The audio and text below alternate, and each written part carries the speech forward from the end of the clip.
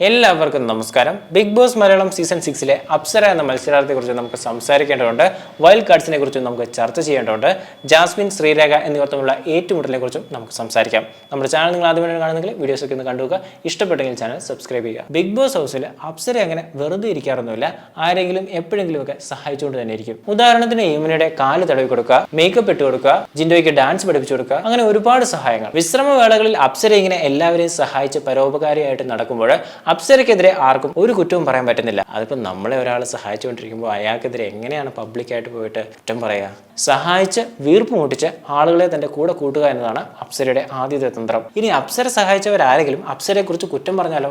ഞാൻ നിങ്ങൾക്ക് കാല് തടവി തന്നതല്ലേ, മേക്കപ്പ് ചെയ്തു തന്നതല്ലേ, എന്നിട്ടും എന്നെ കുറിച്ച് ഇങ്ങനെ പറയാമോ? ഇങ്ങനെയാണ് റോക്കി അനുകൂലിച്ച് യമുനയോട് സംസാരിച്ചപ്പോൾ അപ്സര കൊടുത്ത മറുപടി. ജിൻഡോ പവർ റൂമിൽ കയറി ഒറ്റയും കളിക്കുമ്പോൾ ജിൻഡോയ്ക്കെതിരെ അപ്സര സംസാരിക്കുമ്പോൾ മാത്രം ജിൻഡോ ചൂടാവാത്തത് ജിൻഡോ അപ്സരയെ ഗുരുവായിട്ട് കണ്ടിട്ടുള്ളതുകൊണ്ടാണ്. ക്യാപ്റ്റൻ അല്ലെങ്കിൽ പോലും മെയിൻ കളിച്ച് ഒരാളെ സംസാരിച്ച് ഇല്ലാതാക്കുകയാണ് രണ്ടാമത്തെ തന്ത്രം. എതിരെ നിൽക്കുന്ന ആള് സംസാരിച്ച് ക്ഷീണിക്കുന്നവരെ പുള്ളിക്കാരി അവിടെ തന്നെ നിൽക്കും. റോക്കിയുടെയും ഋഷിയുടെയും അടുത്തൊക്കെ അപ്സര നിന്ന് ചൂടാവുന്നത് നമ്മൾ കണ്ടതാണ്. അടുത്ത അപ്സരയുടെ ഡയലോഗ് അടിയാണ്, ഞാൻ നിന്നെ പലതും കാണിക്കും, കാണാൻ നീ ഇവിടെ ഉണ്ടെങ്കിലല്ലേ ഉള്ളൂ. ഇങ്ങനെ ഒറ്റയാനായിട്ട് നിൽക്കുന്ന മത്സരാർത്ഥികളെ നിലത്തടിക്കാൻ വേണ്ടി സുഹൃത്തുക്കൾ കൂടാറുണ്ട്. പല സീസണുകളുമായിട്ട് നമ്മളത് കാണാറുണ്ട്.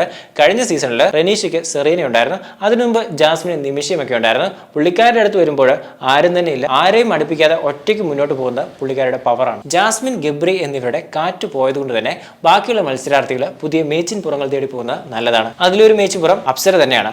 അപ്സരയ്ക്കെതിരെ കളിച്ചു കഴിഞ്ഞാൽ ഗെയിം ടൈറ്റ് ആവും. ഇപ്പൊ ശ്രീരേഖയും ജാസ്മിൻ കൊടുക്കുന്നത് നമുക്ക് കാണാൻ പറ്റുന്നുണ്ട്. പവർ ടീമിന്റെ അടുത്ത് ഈ ജാസ്മിൻ കംപ്ലൈന്റ് ചെയ്തിട്ടുണ്ടായിരുന്നു, ശ്രീരേഖയും യമുനയും ഒക്കെ കൂർക്കം വലിയാണെന്ന്. അതിന് മറുപടിയായിട്ട് ശ്രീരേഖ പറഞ്ഞത് അവർ കിടന്നുറങ്ങുമ്പോൾ ജാസ്മിനും ഗബ്രിയും അവിടെ നിന്ന് സംസാരിക്കുകയാണ്. ജാസ്മിനും ഗബ്രിയും പറഞ്ഞിട്ട് കാര്യമില്ല, ഡ്രസ്സ് ചേഞ്ച് ചെയ്യുന്ന റൂമിൽ മൈക്ക് കുരു വെച്ചാണ് ഇപ്പോൾ അവരുടെ സംസാരം. എല്ലാവരുടെയും ശ്രദ്ധയ്ക്ക് ഡ്രസ് ചേഞ്ചിങ് റൂം അതിനുവേണ്ടി മാത്രമുള്ളതാണ്. ജാസ്മിൻ 1 പറയുമ്പോൾ ശ്രീരേഖ 10 പറയും. ജാസ്മിനെതിരെ പറയാനാണെങ്കിൽ ഇഷ്ടം പോലെ പോയിന്റുകളുണ്ട്.